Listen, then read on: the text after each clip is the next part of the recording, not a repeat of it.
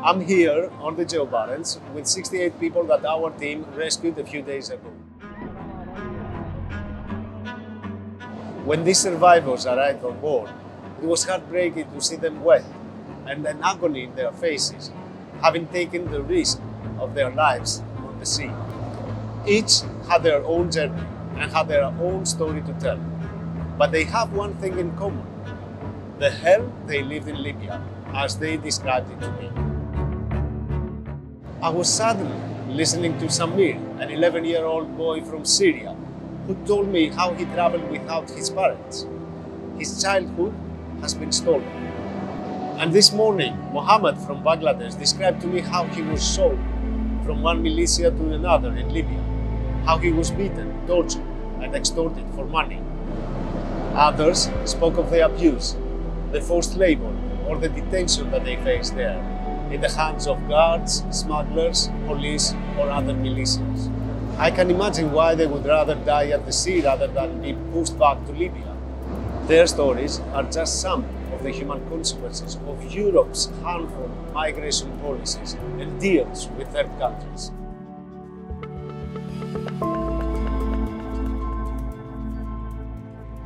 The central Mediterranean has turned into a graveyard for tens of thousands of people who try to flee, seeking for safety in Europe.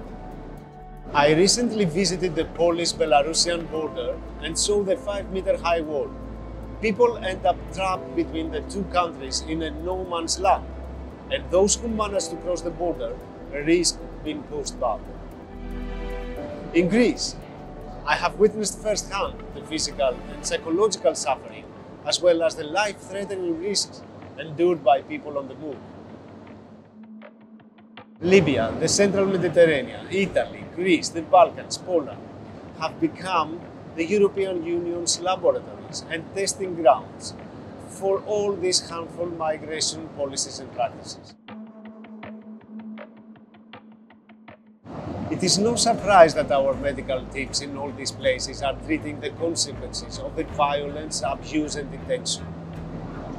This is a vicious circle where people find themselves trapped in, and it is the Europe that they have created, supported, and maintained.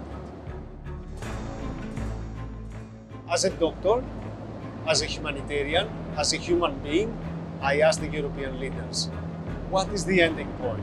And at what cost? How many more human lives are worth sacrificing?